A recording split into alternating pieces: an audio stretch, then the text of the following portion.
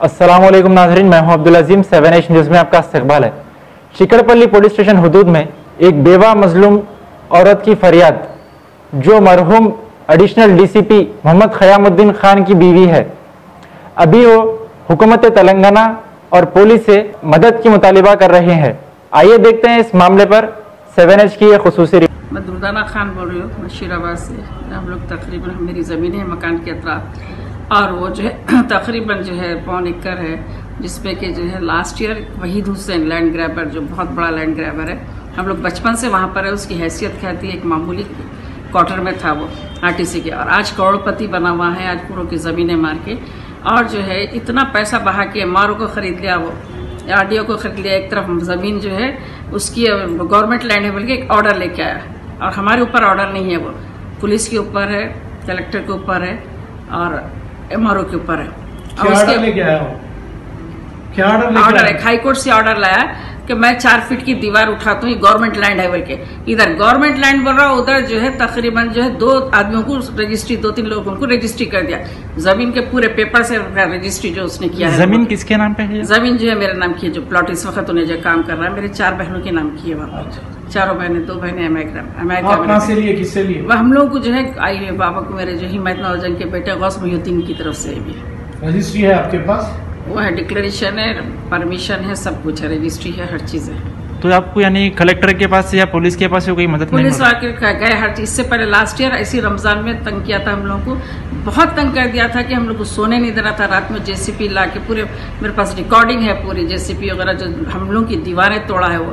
उसके बाद अब नई दीवारें तोड़ के बोला मैं गवर्नमेंट लैंड को प्रोटेक्ट करो। इधर गवर्नमेंट लैंड बोल रहा है, दुकान है जो दिए हुए हैं हम इकबाल डेयरी, वहाँ भी परसों लोगों की आग से जो पूरा शोकेस फ्रिज तोड़ के चले गए, वो भी एफआईआर करवाए हम लोग, वो करे, उसका भी फिर कॉम्प्रोमाइज करवा दिए।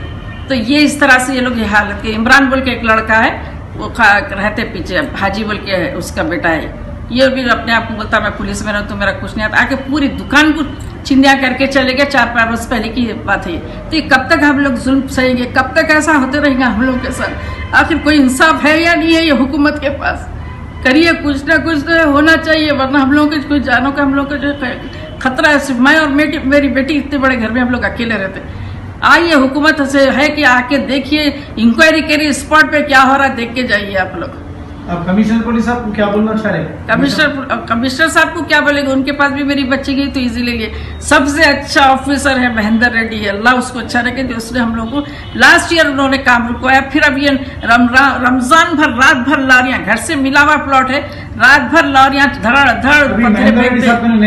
गए। महेंद्र रेड्डी साहब कमिश्नर साहब के पास भेजे बच्ची को। कमिश्नर साहब जो डीसीपी साहब बहुत इजी, कहाँ है वो?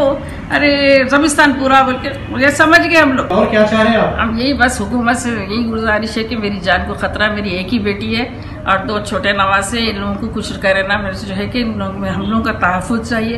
ये लोग कभी भी कुछ कर सकते हैं हम लोग के साथ, हम लोग कोई पीछे बैक सपोर्ट। मेरी पूरी फैमिली अमेरिका में है, एक हम लोग अच्छे फैमिली से बिलोंग्स करते हैं, हम लोग बचपन से उस घर में हैं। और ये लोगों को रोडियो को शुरू से देखते आ रहे, कुछ नहीं था, ये लोग भीख मांगते थे, आज एक बकरी चुराता था, एक जो है वो करता था।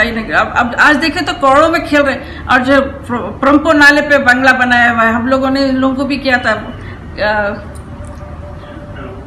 अपने हम लोगों ने उन लोगों को भी एप्लीकेशन दी थी इन्फोर्समेंट को, वो लोग भी पैसे खा के बैठ गए कि वहाँ प्रम्पो लैंड पे इतना बड़ा बंगला कैसा बना, गवर्नमेंट लैंड पे।